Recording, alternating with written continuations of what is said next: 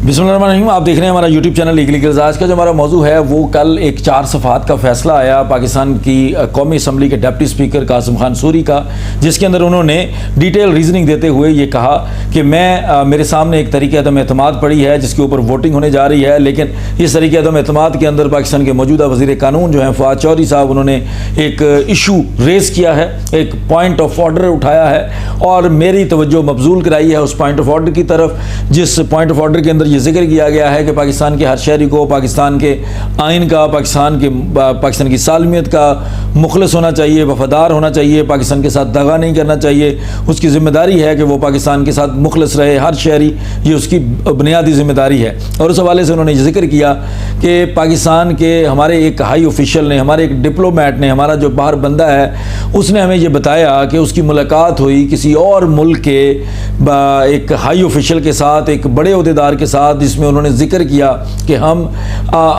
जिसमें उन्होंने खुद इस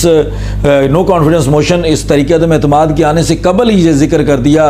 कि आने वाले दिनों में वज़ीर आज़म के ख़िलाफ़ एक तरीके अदम एतमाद आएगी, हम वज़ीर आज़म को हटाना चाहते हैं। उसके बाद उसकी डिटेल जो कासिम खान सूरी ने एक्सप्लेन की, जो 4 सफ़ात के ऊपर मुश्तमिल ये फ़ैसला है, टोटल 7 पैराग्राफ्स हैं। पहले एक पैराग्राफ के अंदर उन्होंने इंट्रोडक्शन दिया कि मेरे पास आज के दिन तरीके अदम एतमाद के ऊपर वोटिंग होने थी, लेकिन फवाद चौधरी के वज़ीर कानून है, उन्होंने एक पॉइंट ऑफ ऑर्डर रेज़ किया है जिसके अंदर उन्होंने कहा है कि जी आइन के आर्टिकल 95 के तहत तरीके अदम एतमाद आती है और ये आनी चाहिए, ये एक आइनी तरीक़ेकार है। लेकिन जहाँ आर्टिकल 95 है वहाँ आर्टिकल 5 भी है आइन का, जो ये कहता है कि हर शहरी को पाकिस्तान के साथ मुखलस रहना चाहिए, पाकिस्तान के साथ दयानतदारी से रहना चाहिए, पाकिस्तान को दगा नहीं देना चाहिए, वफादारी करनी चाहिए। तो ऐसी सूरत में उसके बाद उन्होंने कुछ हालात बयान किए जिसमें उन्होंने ये कहा कि हमें ये पता चला कि हमारे एक टॉप ऑफिशियल ने हमारे एक एम्बेसडर को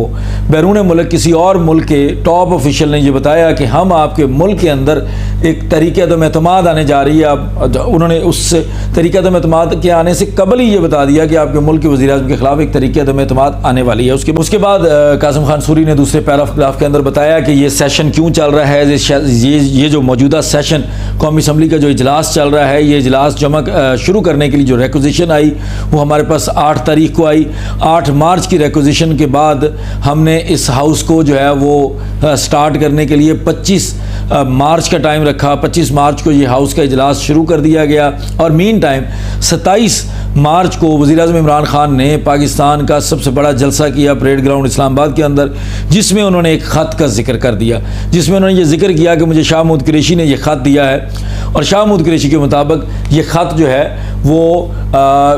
एक हमारे एम्बेसडर ने हमें नोट्स भेजे हैं, हमें ये कन्वे किया है कि फ़लाँ मुल्क के, जिसमें अमेरिका का नाम बाद में पाकिस्तान के वज़ीर आज़म ने खुल के लिया है और उसके बाद उनका नाम भी ले दिया है, जो वो हाई ऑफिशियल था, जो जनूबी एशिया का बेसिकली जो जनूबी एशिया को देखने वाला जो बाइडन का बंदा था, ये उससे मुतल्लिक था। तो उनका जिक्र करते हुए उन्होंने कहा कि उनकी तरफ से ये कहा गया है कि पाकिस्तान के अंदर जो मामलात चल रहे हैं वो सही नहीं है। पाकिस्तान चूँकि दुनिया के मामलात के अंदर मुदाखलत कर रहा है, पाकिस्तान ने रूस का दौरा किया है, उसके अलावा पाकिस्तान कुछ ऐसे काम कर रहा है जो हमें अच्छे नहीं लग रहे,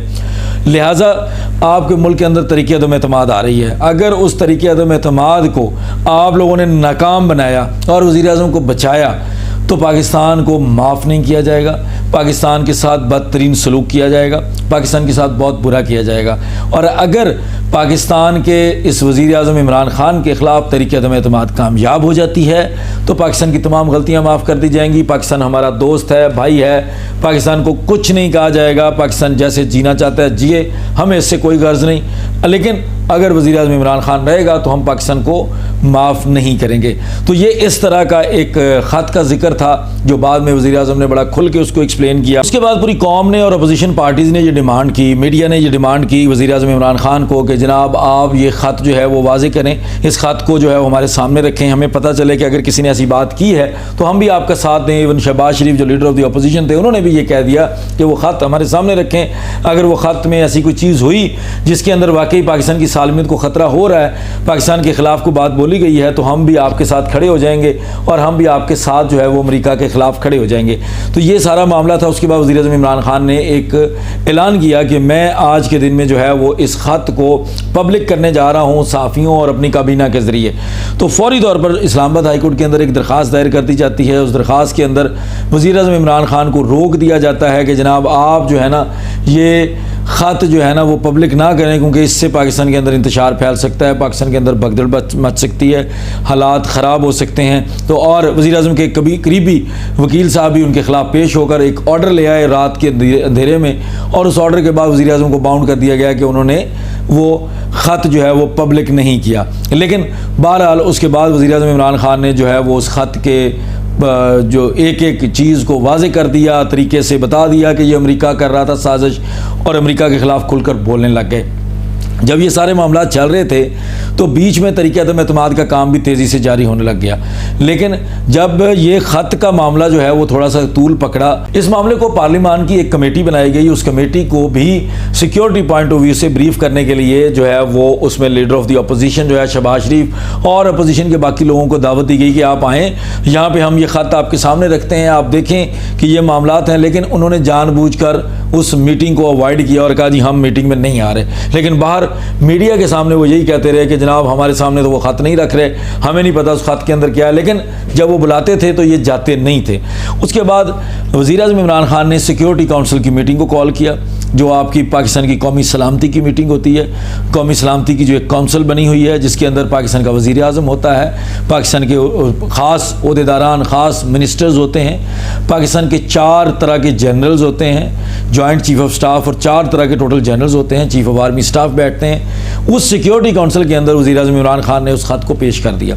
और जब उस सिक्योरिटी काउंसिल की मीटिंग ख़त्म हुई, चूँकि ये मीटिंग पब्लिक नहीं होती, ये इन कैमरा सेशन होता है, उस मीटिंग के बाद उस कमेटी ने, उस काउंसिल ने एक मरासला जारी कर दिया। उस मरासले में उन्होंने इंडोर्स कर दिया कि ये ख़त पाकिस्तान के मुल्क की सालमियत के ख़िलाफ़ एक अटैम्प्ट है, पाकिस्तान के अंदरूनी मामलात के अंदर मदाखलत है। पाकिस्तान के मामलात के अंदर इस अंदरूनी मदाखलत को हम कभी भी बर्दाश्त नहीं करेंगे और एहतजाज करेंगे। उस बैरूनी मुल्क को जिसका नाम अमेरिका है, जिसके जनूबी एशिया के हेड ने ये बातें की हैं या अपने प्रेसिडेंट के कहने पे की हैं, उस बंदे को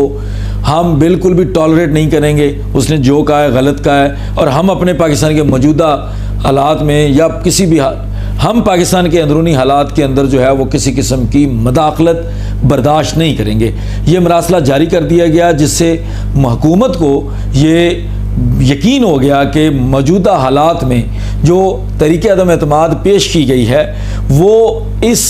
ख़त से जुड़ी हुई है। और जिस तरह इस ख़त के अंदर धमकी दी गई है पाकिस्तान को और बिलखसूस वज़ीर-ए-आज़म इमरान खान को, तो इस हवाले से उन्होंने एक पॉइंट ऑफ ऑर्डर जो है वो थ्रू